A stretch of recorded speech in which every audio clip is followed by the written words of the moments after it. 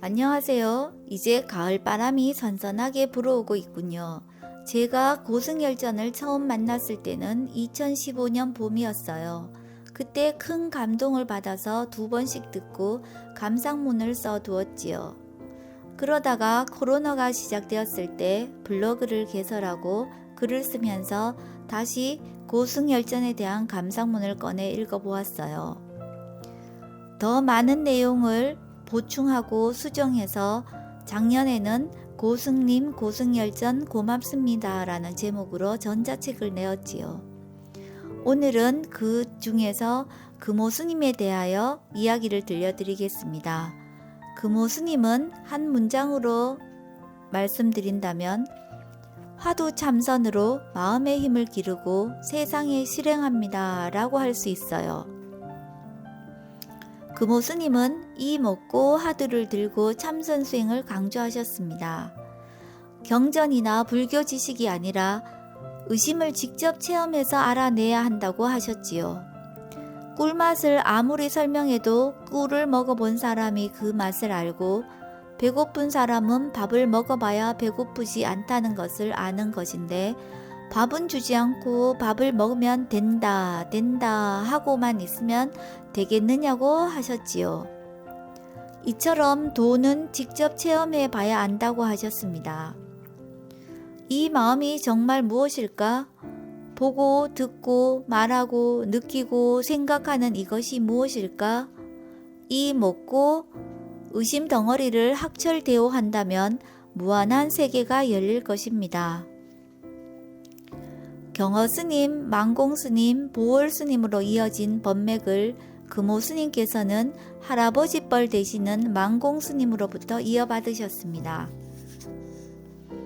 보월스님께서 40세에 갑자기 돌아가셔서 전법을 하지 못한 것을 안타깝게 여긴 망공스님은 손자뻘인 금오스님에게 전법계를 내리셨습니다.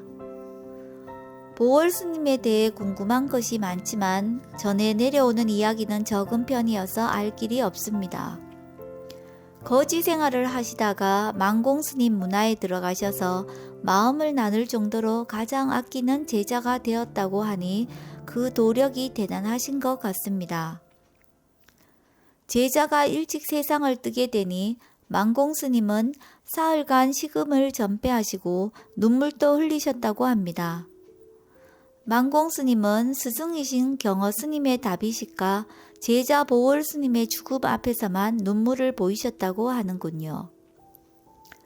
졸리고 배고프고 다리 아픈 이것이 무엇일까?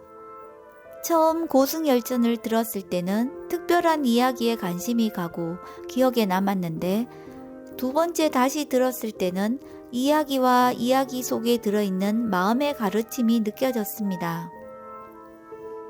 고승님들은 부처님의 마음을 배우고 의심하며 용맹정진하여 확철대오 하셨습니다. 고승열전에 나오는 모든 일화들은 마음을 보게 하기 위한 가르침인 것 같습니다. 금오스님께서는 근력이 약하면 참선을 할 수 없다고 하시며 신체의 건강도 강조하셨습니다. 참선 수행할 때 헛개비를 보고 헛소리를 하는 것은 기운이 약한 사람이 그러는 거라 하시며 체력이 있어야 수행 정진을 할 수 있다고 하셨습니다. 순식간에 산을 오르내리는 스님들의 모습을 상상하며 운동을 꾸준히 하여 체력을 기르는 것은 건강에도 좋을 뿐만 아니라 수행을 위한 기본 바탕이 된다는 것을 알았습니다. 스님께서는 제자들이 스스로 법명을 바꾸려고 할 때도 관대하게 허락하셨습니다. 스승님이 지어준 이름을 바꾸는 것은 무례라고 할 수 있을 텐데 너그러이 그러라고 하신 것을 보며 아상과 아집이 있었던 나의 옛 모습을 떠올리게 되었습니다. 너그럽고 상대방을 이해하는 마음으로 유신견을 내려놓는 연습을 해야겠습니다. 금오스님은 유명한 큰 스님이시지만 주지를 맡은 절을 갖고 있지 않으셨습니다. 불교 정화운동으로 대처승이 아닌 수행하는 스님들이 도처에 절을 맡고 있으니 어딜 가나 내절이라고 하셨습니다. 내 것이다는 것을 버리니 만천하가 내 것이 되었으며 무소유를 몸소 보여주신 것입니다. 법주사는 스님과 인연이 깊어서 스님의 흔적을 찾을 수 있는 곳입니다. 서울 올라가는 길에 절 근처에 있는 정의 품송을 보고 법주사에 들렀던 생각이 납니다. 넓고 확 트인 대지에 아름다운 건축물과 거대한 불상이 인상적이었습니다. 금오 스님께서는 많은 제자를 길러서 부처님 법맥을 익게 하셨으며 부처님 말씀과 마음을 스님의 삶을 통해 보여주셨습니다.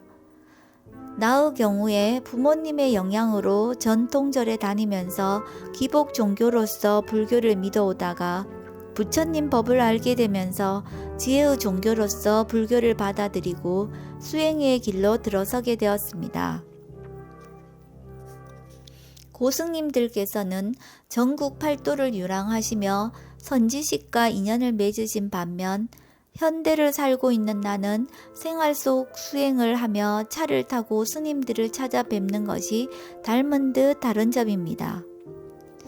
요즘은 코로나19로 인하여 비대면 화상법회에 참가하여 법문을 듣고 수행 점검을 받고 있습니다.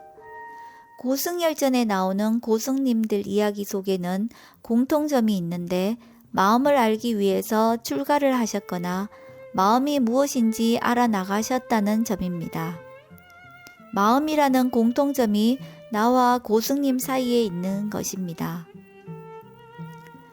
금오 스님께서는 위로는 금강산과 만주, 아래로는 바닷가 보길도까지 전국 방방곡곡을 다니셨습니다. 다른 고승님들과 마찬가지로 거침없는 행보를 이어나가셨습니다. 세상을 돌아다니며 보고 듣고 겪은 것은 그 자체로는 도를 닦는 것이 아니지만 도를 닦는 계기가 되어서 좋다고 하셨습니다. 두두물물, 두두색색, 세상 만사에 다 하두가 들어있지만 모를 뿐이라고 말씀하셨습니다. 경허 스님을 비롯하여 많은 고승님들께서 전국을 유람하신 이유를 알 듯 하였습니다.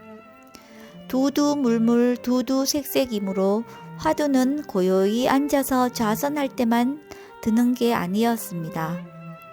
윗바사나 수행과 하두 참선의 공통점은 언제 어디서나 일어나는 것을 대상으로 하여 마음의 힘을 기른다는 것입니다. 그것이 부처님과 고승님의 가르침이며 수행임을 다시 알게 되었습니다. 잘 들으셨는지요? 요즘 유튜브 검색창에서 고승열전이라고 치시면 BBS 불교방송국에서 만든 고승열전 프로그램이 나오고 있습니다. 제가 올린 경허스님, 만공스님, 하남스님, 경봉스님, 정강스님, 용성스님, 석전 박한영스님, 마남스님 이야기도 참고하시고 오늘 이야기가 좋으셨다면 좋아요, 구독 잊지 마시기 바랍니다. 고맙습니다.